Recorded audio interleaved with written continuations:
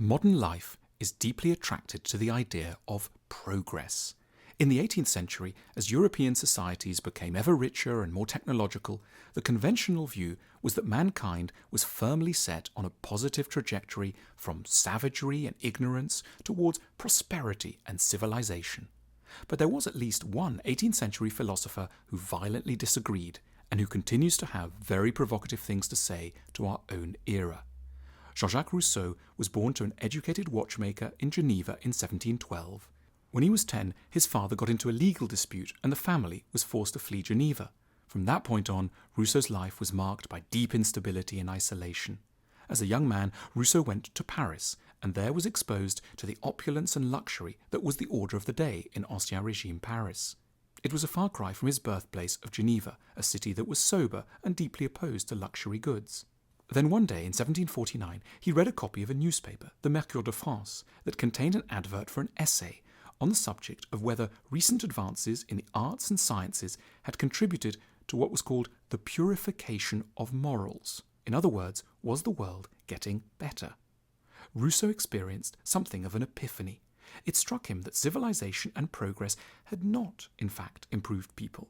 Instead, they had exacted a terrible, destructive influence on the morality of human beings who had once been good. Rousseau took this insight and turned it into the central thesis of what became his celebrated Discourse on the Arts and Sciences.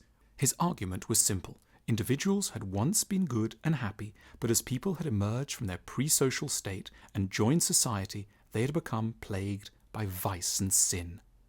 In this work, and in its twin, the Discourse on the Origins and Foundations of Inequality, Rousseau went on to sketch what it would have been like at the beginning of history, an idyllic period that he called the state of nature. A long time ago, when men and women lived in forests and had never entered a shop or read a newspaper, the philosopher pictured people more easily understanding their own minds and so being drawn towards essential features of a satisfied life, a love of family, a respect for nature, an awe at the beauty of the universe, a curiosity about others, and a taste for music and simple entertainments. The state of nature was moral and guided by spontaneous pity, empathy for others and their suffering.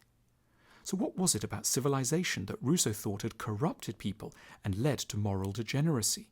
Rousseau claimed that the march towards civilization had awakened in people an unhealthy form of self-love, amour-propre he called it, something that was artificial and centered around pride, jealousy and vanity. Rousseau argued that this destructive form of self-love had emerged as people had moved into cities and there had begun to compare themselves to others and created their identities solely by reference to their neighbours. Civilized people had stopped thinking about what they wanted and they felt and merely imitated other people, entering into ruinous competitions for status and money and losing sight of their own sensations. Rousseau is forever associated with the term noble savage because it was his work that described the innocence and morality of our ancestors and contrasted it with modern decadence. At the time Rousseau was writing, European society was fascinated by the plight of the native North American tribes. Reports of Indian society drawn up in the 16th century had once described the Indians as materially simple but psychologically very rich and interesting. Communities were small, close-knit, egalitarian, religious, playful and martial. However, within a few decades of the arrival of the Europeans, the status system of Indian society had been revolutionized through contact with the technology and luxury of European industry.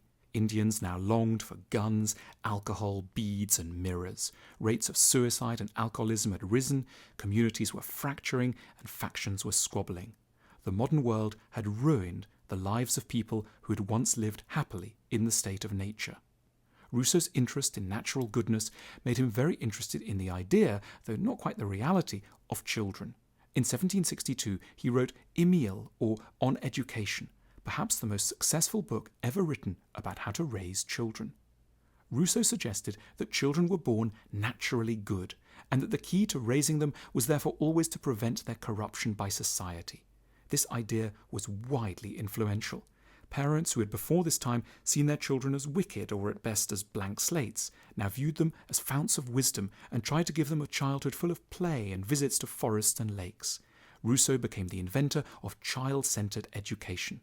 He was also a great proponent of breastfeeding, declaring, "Let mothers deign to nurse their children, and morals will reform themselves. Nature's sentiments will be awakened in every heart, and the state will be repeopled."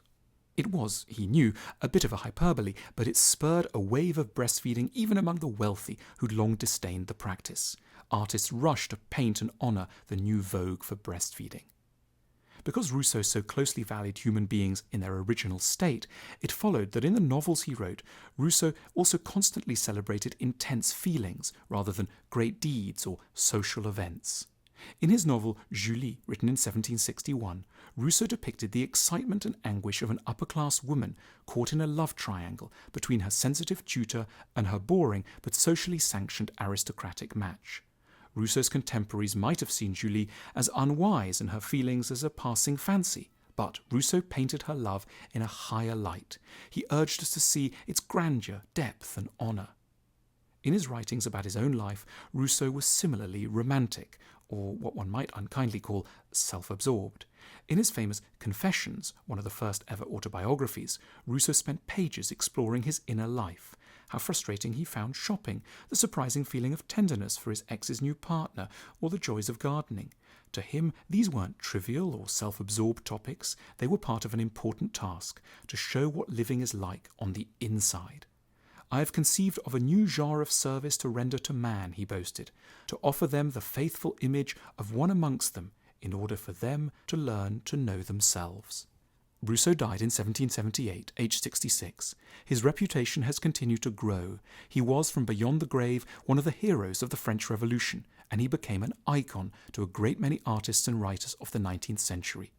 Rousseau can be considered as one of the founding figures of what we now know as the Romantic movement, an ideology responsible for valuing the primitive over the civilized, the child over the adult, the passionate lover over the calmly loyal spouse.